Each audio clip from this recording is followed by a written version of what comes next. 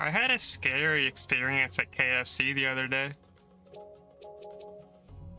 They put the wrong thing in your food. Well, no. There was an old guy who seemed like he was at the end of his patience. And he kept asking questions about my order, like for example, he asked me what kind of pop I want. That sounds normal until you realize that the restaurant's self-serve. So, like, what do you mean by that? So I said Pepsi. He got mad at me and pointed at the vending machine behind me with 2 liters in it, or the self-serve machine over to my left. And he seemed so mad. I got scared. And then I usually... They had Pepsi.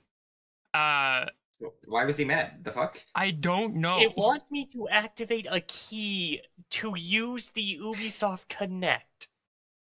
Oh, you're having a problem I had. One moment. I usually get onion rings with my 4-piece box meal, which is what I ordered. But he seemed to get confused with me. Like, this is something I always get.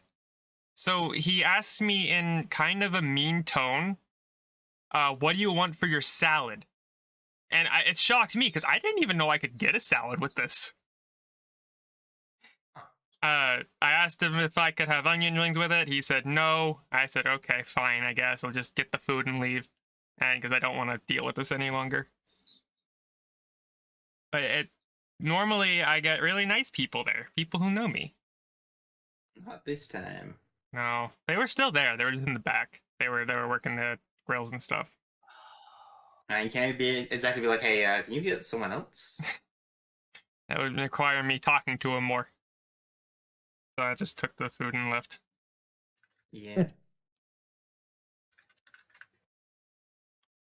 It wouldn't launch Uno because I wasn't signed in.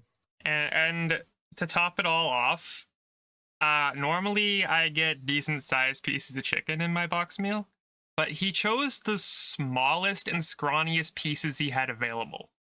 Like, I barely had any chicken. I was upset. What?